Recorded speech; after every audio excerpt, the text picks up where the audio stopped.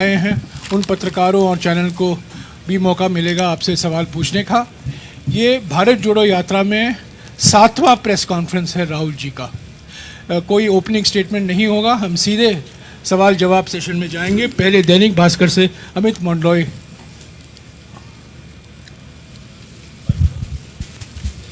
नमस्ते राहुल जी। इत्तेफाक है कि आज 28 नवंबर है। 28 नवंबर 2018 को मध्य प्रदेश के चुनाव हुए थे। 56 सीटें बढ़ी थी, 4.6% वोट परसेंट बढ़ा था। उसके बाद सरकार नहीं संभाल पाए थे। आज 28 नवंबर है, एक मोमेंट दिख रहा है, एक मोमेंटम दिख रहा है भारत जोड़ो यात्रा से। इसको बरकरार रखना कैसे संभव हो पाएगा? भैया, मैं न्यूमरोलॉजी में तो बिलीव नहीं करता हूं, तो नंबर्स पे इन चीजों को मैं बेस नहीं करता हूं। बट मैं आपको यह कह सकता हूं कि कन्याकुमारी से मध्य प्रदेश तक जनता का प्यार, भरोसा, जनता की शक्ति इस यात्रा को मिली है। जब यात्रा शुरू हुई थी तो मीडिया ने कहा था केरला में तो यात्रा सक्सेसफुल रहेगी, मगर कर्नाटक में प्रॉब्लम आएगी। फिर हम कर्नाटक गए, मीडिया ने कहा साउथ इंडिया में तो यात्रा अच्छी चलेगी, मगर साउथ के निकलने में प्रॉब्लम होगी।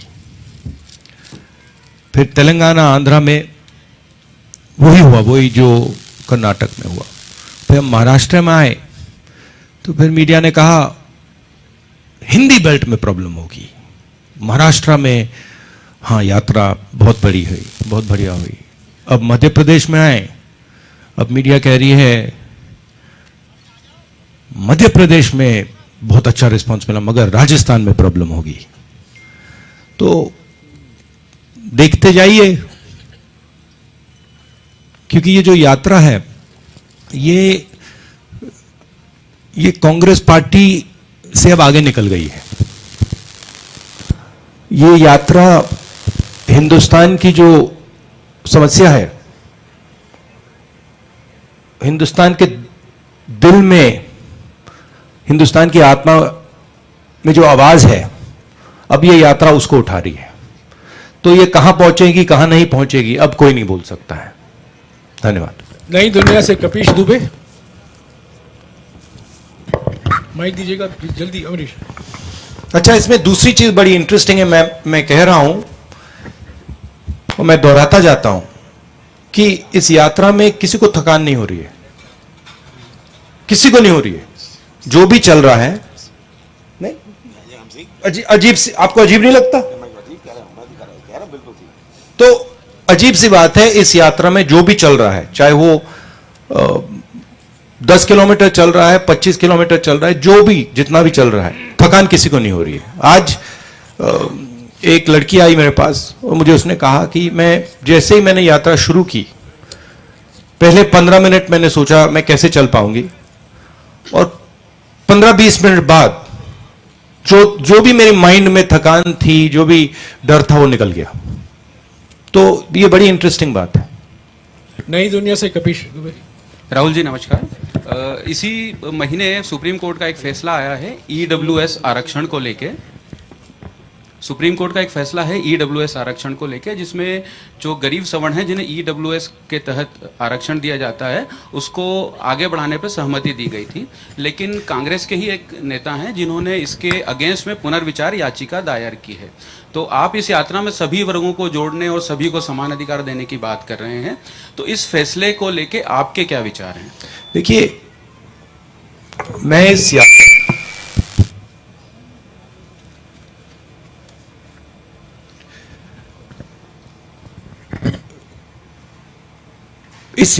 यात्रा के क्लियर लक्ष्य है। मैं इस यात्रा को डिस्ट्रैक्ट नहीं करना चाहता हूं, ठीक है? इस यात्रा के पीछे सोच है, सबसे पहले जो हिंदुस्तान में नफरत, हिंसा और डर फैलाया जा रहा है, उसके सामने खड़े होना।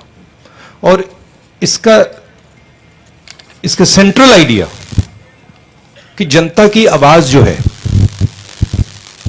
उसको सुनना सबसे जरूरी चीज है। उसके बाद जो देश में बेरोजगारी, Kamal there some interference taking place here.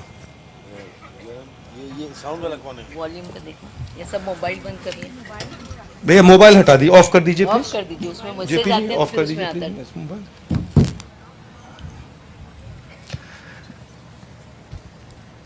और ये यात्रा बेरोजगारी के खिलाफ और जो महंगाई बढ़ रही है उसके खिलाफ। मैं ज्यादा पॉलिटिकल मुद्दे इस यात्रा में रेज नहीं करना चाहता हूं और इस यात्रा को मैं डाइवर्ट नहीं करना चाहता हूं। जो जनता कह रही है और जो फीडबैक हमें मिल रहा है उसके बारे में हम आपसे जरूर बात कर रहे हैं। पत्रिका से गोविंद ठाकरे।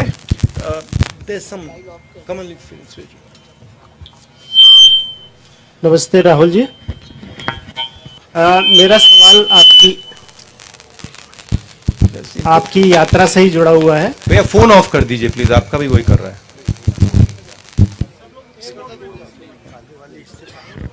जल्दी जल्दी पूछिए, समय निकल रहा है। जी जी। प्रॉब्लम नहीं। मेरा सवाल यात्रा से ही जुड़ा हुआ है। चूंकि आपने पीछे ब्रांडिंग भी लगाई है लेकिन उसमें कांग्रेस का जो सिंबल है वो नहीं है, तो क्या ये उम्मीद करते हैं आप कि इस यात्रा के माध्यम से वो संगठन, गैर राजनीतिक राजनीतिक संगठन जो आपको 2024 में किसी रूप में आज एक, मैं आपको बताऊं, आज एक आरएसएस के व्यक्ति आए, मुझे उन्होंने कहा मैं आरएसएस का हूं, मैं यहां आपका स्वागत करने आया हूं। मैंने कहा ये जी जी जी। तो मेरा सवाल ये था कि इस यात्रा से आगे आपका जो लक्ष्य है, जिस तरह से रिस्पांस मिल रहा है, तो एक मजबूत प्रतिपक्ष की तरफ आप बढ़ेंगे आगे, ऐसा आप उम्मीद करके चलते हैं या देखिए, भविष्य में? मैं मेरे साइड से ये मेरी जिम्मेदारी है और एक तरह से मेरी तपस्या है, ठीक है। जो तपस्या करता है वो इसलिए तपस्या नहीं, किसी कारण तपस्या नहीं करता है कि मैं वो चाहता हूं या वो चाहता हूं या वो चाहता हूं। मुझे कोई इंटरेस्ट नहीं है। मुझे लगा कि इस देश में जो नफरत और हिंसा फैलाई जा रही है वो इस देश के लिए खतरनाक है, इस देश को नुकसान पहुंचाएगी। और मैंने सोचा कि मेरी जिम्मेदारी क्या है, और मेरे दिमाग में आया कि मेरी जिम्मेदारी है कि मैं इस नफरत के खिलाफ, हिंसा के खिलाफ, डर के खिलाफ कुछ करूं। और ये जो आप देख रहे हैं, ये जो भारत जोड़ो यात्रा है वो ये है। और ये भावना सिर्फ मेरे में नहीं है, ये भावना बहुत सारे लोगों में है, कांग्रेसियों में है, नॉन कांग्रेसियों में है और बीजेपी के लोगों में भी है।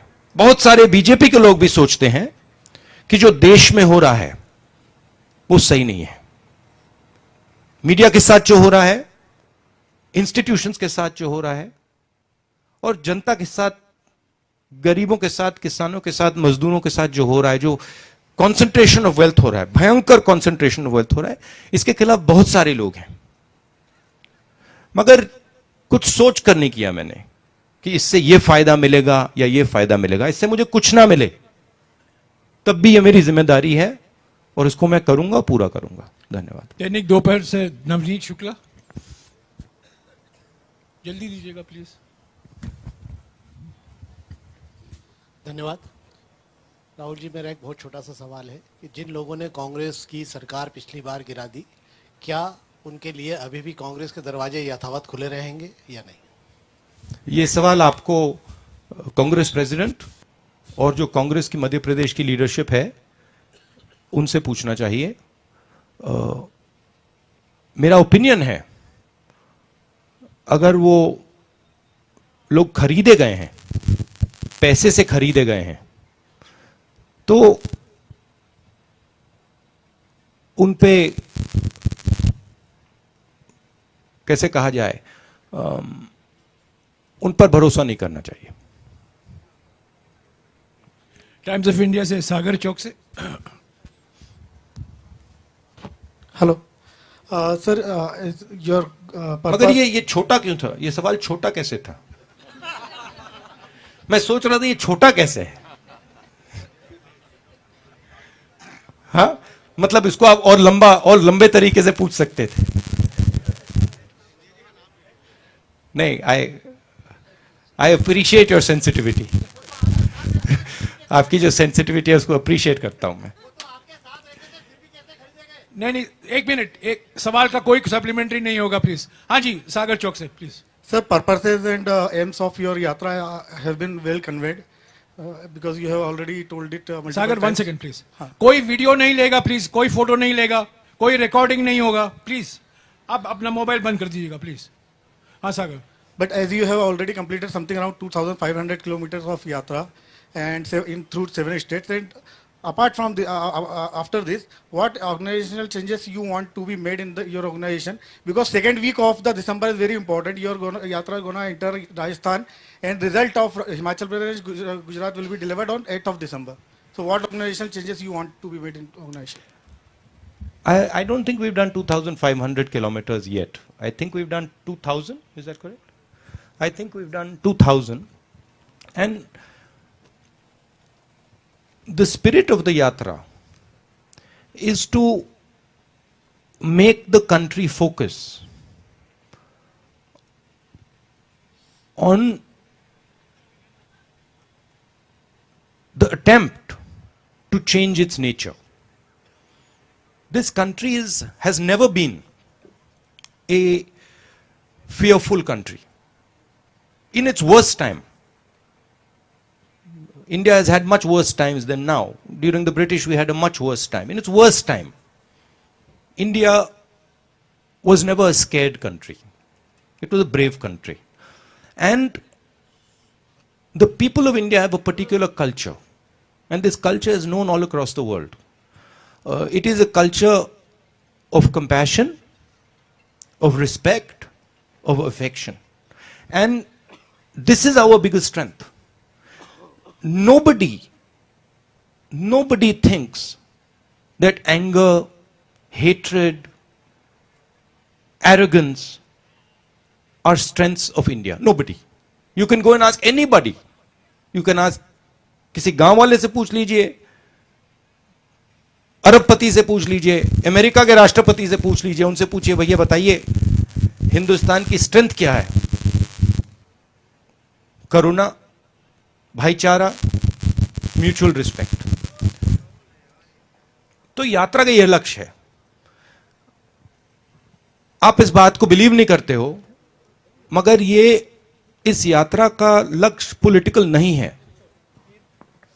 इस यात्रा का लक्ष्य देश को याद दिलाना, इस देश की नेचर क्या है, इस देश की संस्कृति क्या है, इस देश का इतिहास क्या है, इस देश का डीएनए क्या है, यह है इस यात्रा का लक्ष्य। अब उसमें पॉलिटिकल रिपरकशंस हों तो होंगे, मगर जिस स्थिति पे आज हिंदुस्तान है, अगर हम इस रास्ते पे चलते गए तो देश को बहुत भयंकर नुकसान होने वाला है, इंटरनेशनल लेवल से और इंटरनली। इसलिए हमने ये यात्रा की है। आईबीसी से वत्सल श्रीवास्तव, नहीं please please, no I have explain to you. नहीं, what, repeat it please. IBC से विशाल श्रीवास्तव चलने के बाद क्या नहीं, I answered your question. I answered your question. No, I'll just, Jairam, give me a second. I answered your question. My answer to your question was, this yatra is aimed at sending a particular message across to the country. I am not thinking about anything other than completing this yatra and listening to the people of India while I'm walking this yatra. That's all I'm doing. Nothing else. I'm not thinking about Congress. I'm not thinking about organization. I'm not thinking about election. I'm not thinking about anything. This is, in my mind, this is tapasya. I'm not going to think about anything. This is my tapasya in my mind to stand up for the idea of India that is being attacked and destroyed. IBC से वत्सल श्रीवास्तव। राहुल जी नमस्कार। 2018 में आपकी सरकार बनी, यहाँ पे 15 महीने के बाद वो सरकार चली गई। परिस्थितियां बदली सर इस स्टेट की पॉलिटिकल पूरी तरीके से, और जब आप हिंदी हार्टलैंड में आ रहे थे तो क्या आपको उम्मीद थी कि इतना समर्थन या इतना उत्साह जो लोगों में मिला है आपको वैसा मिल पाएगा यहाँ पे? मैं केरला से निकला तो मेरी माइंड में था कि भाई केरला को अब कोई नहीं हरा सकता। मतलब ये जो रिस्पांस मिला है केरला के बाद तो मिल ही नहीं सकता। महाराष्ट्र ने उनको गिरा दिया, और मैं सच बोलूं तो मुझे लग रहा है जो कल इंदौर में हुआ वो मैंने महाराष्ट्र में नहीं देखा। तो मुझे लग रहा है कि जो पब्लिक रिस्पांस मध्य प्रदेश में है वो बाकी स्टेटों से आगे है, ये मेरी फीलिंग है। और मध्य प्रदेश के लोगों के दिमाग में, माइंड में ये यात्रा बहुत गहरी घुस गई है। डिजियाना, एक मिनट, नहीं प्लीज, मैंने आपको बार बार समझाया, नो सप्लीमेंट्री। डिजियाना से अरविंद तिवारी, जल्दी बोलिए। नहीं प्लीज बैठिए प्लीज। राहुल जी मैं आपसे गुजारिश करूंगा प्लीज सप्लीमेंट्री मत लीजिएगा। ओके। अरविंद तिवारी।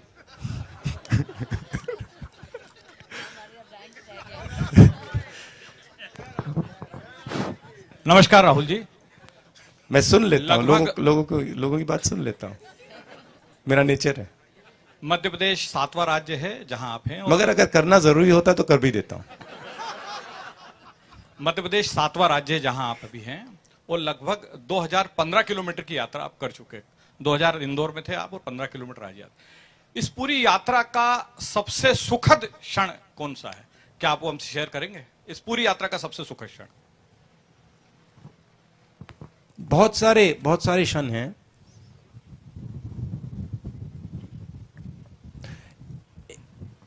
एक नहीं कह सकता हूं।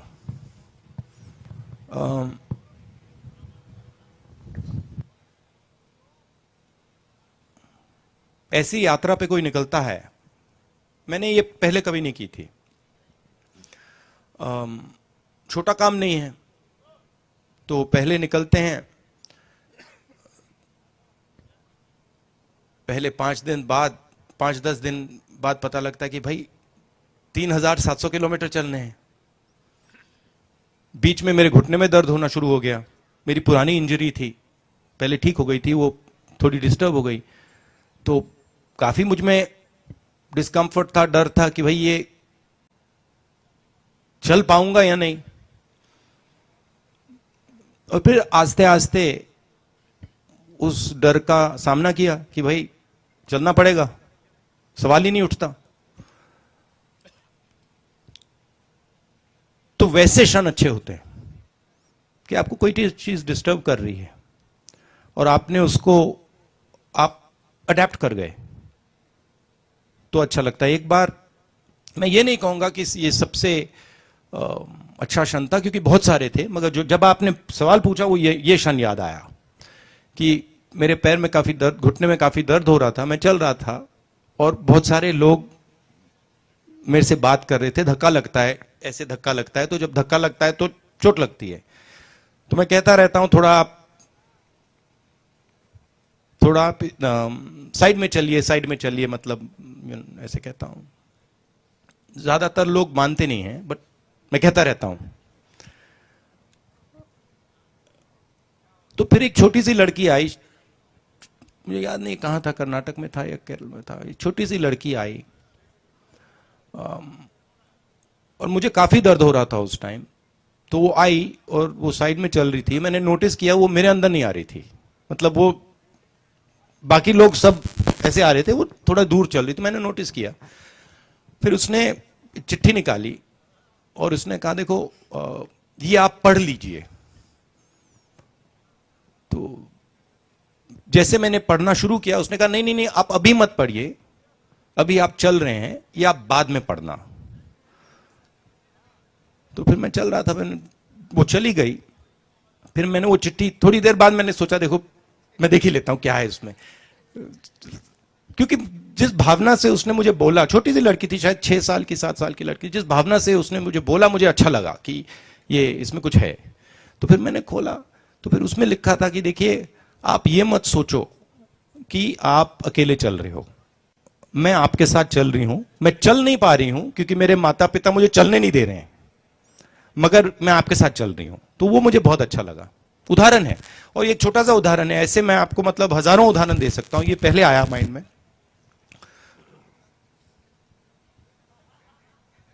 राहुल जी, अलग से उदाहरण बाद में दीजिएगा क्योंकि 10 मिनट बाकी यस है। Yes yes yes. Madhya Pradesh news से महेंद्र संगेरा। राहुल जी, इसके बारे में एक किताब लिखेंगे, वो सब उदाहरण नहीं, मैं आपको बड़ी इंटरेस्टिंग बात बताता हूं। जैसे यात्रा में क्या क्या हो रहा है, मैं 2-3 चीजें आपको बताता हूं, जयराम जी आपकी परमिशन से। तो एक तो चल रहे हैं, और जैसे मैंने आपको कहा, किसी का दर्द होता है तो उसका सामना करना पड़ता है। दूसरी बड़ी इंटरेस्टिंग बात होती है कि पेशेंस जो होती है वो ड्रामेटिकली इंक्रीज हो रही है। कि अगर मैं पहले 1-2 घंटे में इरिटेट हो जाता था, अब मैं 8 घंटे में इरिटेट नहीं होता हूं। नहीं, आप हंस रहे हो, मगर ये बहुत बड़ी इंटरेस्टिंग चीज है। क्योंकि अब मुझे यहां धक्का लग जाए, पीछे से खींच लिया, मुझे कुछ फर्क नहीं पड़ता। तो ये दूसरी बड़ी इंटरेस्टिंग चीज है कि जो पेशेंस है वो बढ़ रही है। और तीसरी बात है कि सुनने का तरीका बदल गया है। तो अब अगर कोई व्यक्ति आता है, जिस प्रकार से मैं उसकी आवाज को सुनता हूं, उसका नेचर बदल गया है। मैं ज्यादा उसकी ओर से आवाज को सुनता हूं, मैं अपनी ओर से नहीं, मैं यहां से नहीं देखता हूं, मैं उधर से देखता हूं। तो ये मुझे लग रहा है काफी फायदेमंद चीजें हैं। हाँ राहुल जी, मेरा सवाल ये था कि आपने 2 इश्यूज को रेज किया है भारत जोड़ो यात्रा के दौरान, महंगाई और बेरोजगारी। तो बेरोजगारी के मामले में जब हम देखते हैं तो प्राइम मिनिस्टर कहते हैं कि आत्मनिर्भर भारत हो रहा है, प्राइम मिनिस्टर कहते हैं कि एंटरप्रेन्योरशिप को हम बढ़ावा दे रहे हैं। यदि कांग्रेस के पास एक अवसर दिया जनता ने, तो ऐसा कौन सा फॉर्मूला होगा कि इस बेरोजगारी को दूर करने के लिए आप उसको लागू करेंगे, ताकि सही मायनों में आज का जो युवा है, जो भटक रहा है, जो नौजवान है, उसको रोजगार मिल पाए? क्या फॉर्मूला कांग्रेस के पास है? सबसे पहले ये जो बेरोजगारी है, इसका सबसे बड़ा कारण कंसंट्रेशन ऑफ वेल्थ, कि 3-4 लोगों के हाथ आपने हिंदुस्तान का पूरा धन डाल दिया है। जो भी वो करना चाहते हैं, जो भी बिजनेस वो चाहते हैं, वो कर सकते हैं। और हर इंडस्ट्री में वो एक के बाद एक मोनोपोलीज क्रिएट कर रहे हैं। आप हिंदुस्तान के सब इंडस्ट्रीज देख लीजिए, आपको मोनोपोली दिखेगी। टेलीकॉम, रिटेल, इंफ्रास्ट्रक्चर, सब जगह, एयरपोर्ट, स्पोर्ट्स, सब में आपको मोनोपोली दिखेगी। मोनोपोली का क्या मतलब है? मोनोपोली का मतलब है जो स्मॉल एंड मीडियम बिजनेसेस हैं, जो ग्रो कर सकते हैं, उनको आपने खत्म कर दिया। तो जो ग्रोथ पोटेंशियल है, ग्रोथ पोटेंशियल स्मॉल और मीडियम में है, ग्रोथ पोटेंशियल लार्ज में नहीं है। साइज लार्ज में है, but growth potential small and medium है, उसको आपने खत्म कर दिया है। और ये आप किसी भी स्मॉल एंड मीडियम बिजनेसमैन से पूछ लीजिए, जीएसटी और नोटबंदी ने क्या किया, वो बता देंगे आपको। तो सबसे पहले जो ग्रोथ पोटेंशियल देते हैं, उन पर फोकस करना जरूरी है। दूसरी बात, जो इस देश का फाउंडेशन है,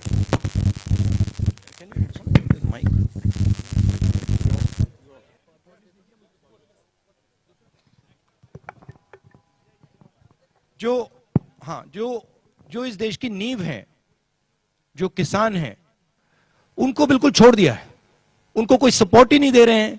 वो दिन भर चिल्ला रहे हैं, उनको बीमा का पैसा नहीं मिलता, उनको सही दाम नहीं मिलता, उनको खाद की प्राइसेस बढ़ती जा रही है, खाद मिलता भी नहीं है। तो ये जो बेसिक स्ट्रक्चर है, इसको डेवलप करना और इसकी रक्षा करना। दूसरी बात, जो ब्लेटेंट प्राइवेटाइजेशन हो रहा है, इंडस्ट्री का, स्कूल्स का, कॉलेजेस का, यूनिवर्सिटीज का, हॉस्पिटल्स का, हमारी सोच इसके बारे में फर्क है।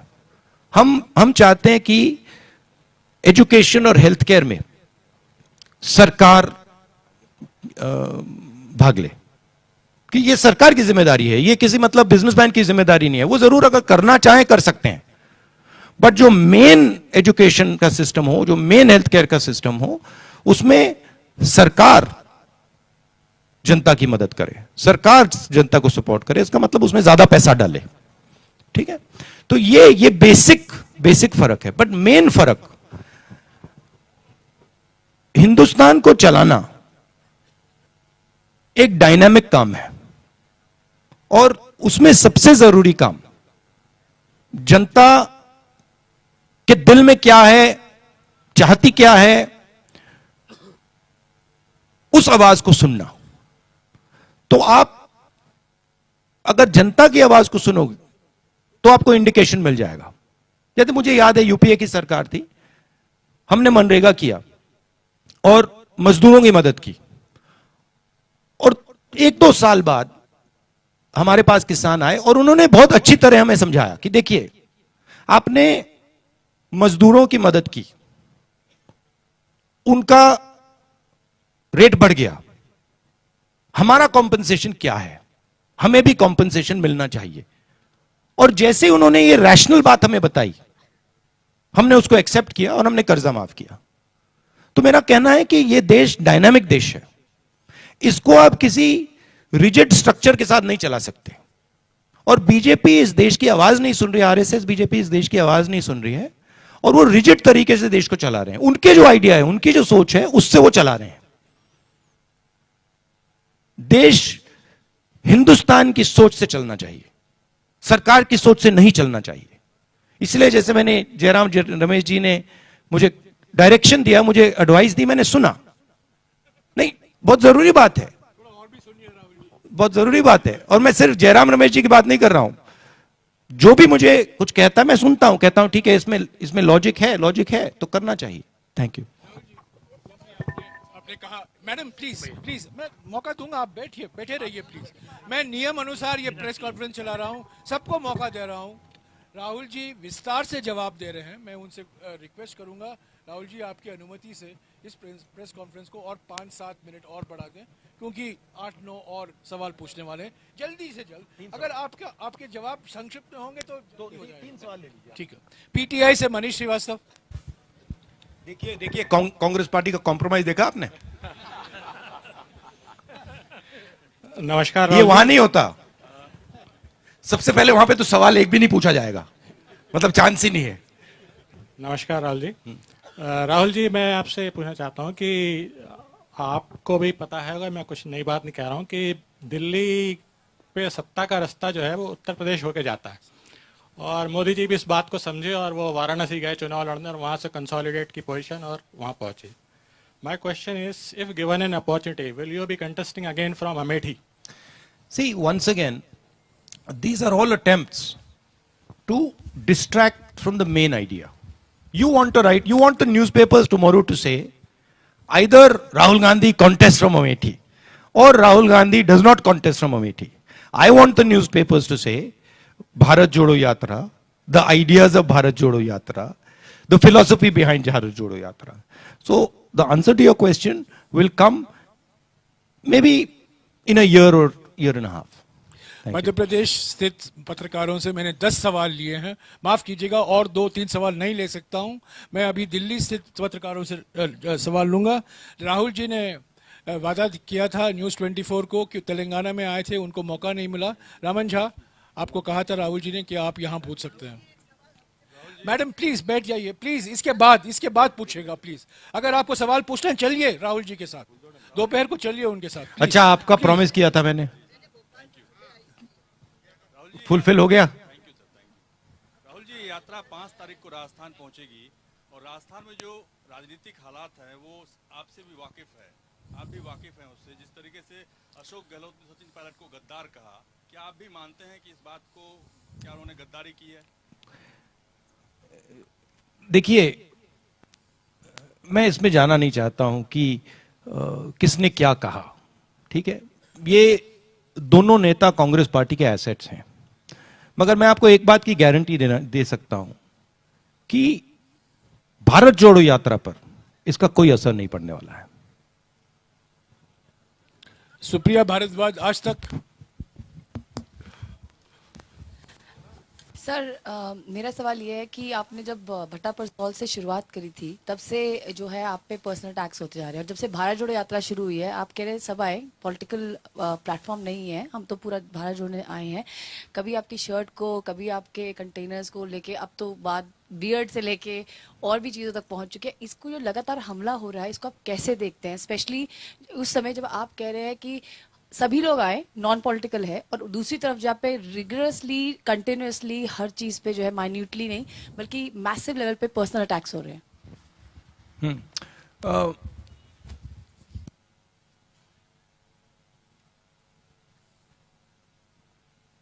बीजेपी की प्रॉब्लम क्या है मैं आपको बता देता हूं। प्रॉब्लम यह है, और इस यात्रा ने इसको मैं कह सकता हूं छोटी तरीके से दिखाया है, बड़ी तरीके से नहीं दिखाया, छोटी तरीके से दिखाया, क्योंकि मैंने शुरुआत की है। बीजेपी का प्रॉब्लम है कि उन्होंने हजारों करोड़ रुपए मेरी इमेज को खराब करने में लगा दिए हैं, और मेरी एक यहां पे उन्होंने इमेज बना दी है। अब लोग सोचते हैं कि ये मेरे लिए नुकसानदायक है, मगर एक्चुअली ये मेरे लिए फायदेमंद है। क्यों? क्योंकि सच्चाई मेरे हाथ में है, और सच्चाई को छुपाया नहीं जा सकता है।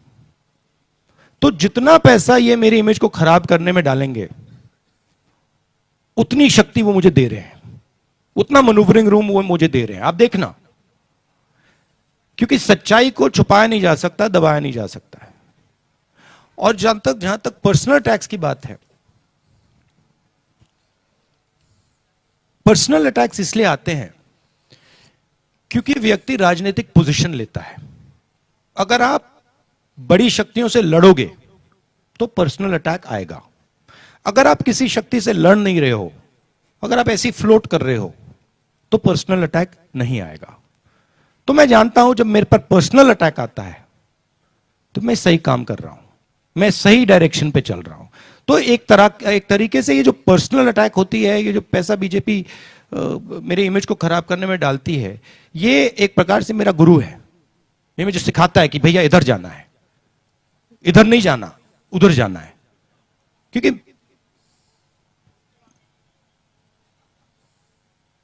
लड़ाई क्या है? लड़ाई जो आपके सामने खड़ा है, लड़ाई उसकी सोच को गहराई से समझने का की है। ठीक है? और मैं आस्ते आस्ते आस्ते आस्ते आस्ते आस्ते आरएसएस और बीजेपी की सोच को बहुत गहराई से समझने लगा हूं। तो लड़ाई में मैं आगे बढ़ रहा हूं, और अगर आगे बढ़ रहा हूं तो सब कुछ ठीक है। Mohit Dubey, news nation. Hello Rahul ji, Mohit Dubey news nation से हूं। लगातार आप कह रहे हैं कि भारत जोड़ो यात्रा के माध्यम से हम नफरत खत्म करेंगे, संविधान बचाओ की बात कर रहे हैं, लेकिन वही भारतीय जनता पार्टी लगातार कॉमनवेल्थ कोड की बात कर रही है। आप कह रहे हैं कि हम एकता की बात कर रहे हैं, अनेकता की बात कर रहे हैं। वो कॉमनवेल्थ कोड गुजरात विधानसभा चुनाव में लेकर आ रहे हैं, इससे पहले उत्तराखंड विधानसभा चुनाव में लेकर आए। कितना बड़ा असर पड़ेगा आने वाले वक्त में?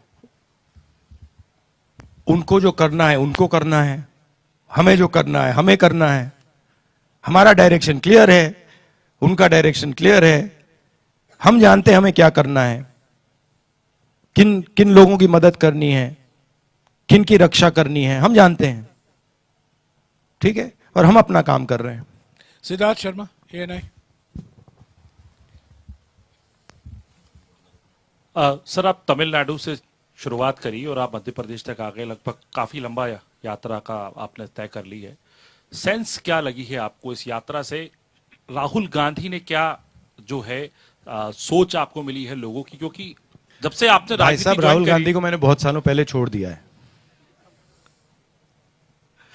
सर, मेरा सवाल ये है कि इस मास कनेक्ट प्रोग्राम, राहुल गांधी आपके दिमाग में है, मेरे दिमाग में है ही नहीं। बात समझो सर। Try and understand. आप अपने देश की, ये देखो ताली बज रही है, समझ गए आप? समझ गए? एक बंदा समझ गया। सर आपकी देश की फिलॉसफी यही है, इसको समझो आप, फायदा होगा। सर सवाल यही है कि जो आपका सिद्धार्थ, मास आपका कनेक्ट जवाब प्रोग्राम, मिल गया, सवाल जवाब मिल गया। सवाल तो पूछ ही नहीं पाया था। नहीं, अच्छा, सवाल पूछिए, हो गया। पूछिए। सर, ये सोहेल हमीद, ये जो मास कनेक्ट प्रोग्राम है, ये आपको बहुत पहले नहीं शुरू कर देना चाहिए था? चीजें समय से ही होती हैं, जब टाइम आता है तो बात बनती है, उससे पहले नहीं होता। मैंने सोचा था, सबसे पहले मैंने यह यात्रा, जब मैं एग्जैक्टली याद नहीं, बट 25-26 साल का था, फिर मैंने इसकी, जयराम जी को भी नहीं मालूम, मगर इसकी मैंने डिटेल्ड प्लानिंग 1 साल पहले की थी, और फिर कोरोना के कारण, किसी और कारण नहीं हुआ। इस यात्रा के लिए सबसे अच्छा समय अभी है। आखिरी सवाल, सोहेल हमीद, दैनिक हिंदुस्तान। यादव राहुल जी, मेरा आपसे सवाल ये है कि आज जैसा उन्होंने सवाल पूछा कि राहुल गांधी कितने बदले हैं, तो मैं यही सवाल पूछना आपसे चाह रहा था कि सार्वजनिक जीवन में क्या बदलाव आएगा आपके इस यात्रा के बाद? नहीं, देखिए, हर जीव बस बदलता ही रहता है। सिर्फ आरएसएस के लोग सोचते हैं कि जीव बदलता नहीं है, मगर अगर आप देखें तो हर जीव सीखता है, बदलता है, समझता है, नहीं समझता है, तो ये तो कांस्टेंट प्रोसेस है, इसको इम्परमानेंस कहते हैं। राहुल जी, 40 मिनट में आपने 17 सवाल लिए हैं। कुछ लोग 17 सालों में एक सवाल भी अभी कोई न्यूमरोलॉजिस्ट नहीं, कहेगा नहीं 17 अनलकी है, 18 करो। अभी सवाल का वक्त हो चुका है, प्लीज, अभी सवाल जवाब का वक्त हो चुका है। राहुल जी को पद यात्रा शुरू करना है दोपहर को। हमारे इस चैनल को सब्सक्राइब करें और बेल आइकन दबाकर नोटिफिकेशन ऑल कर दें, ताकि हमारा सभी सही खबर सही समय पर आप तक पहुंच सके। सबसे पहले आपको रख सके हम सबसे अपडेट।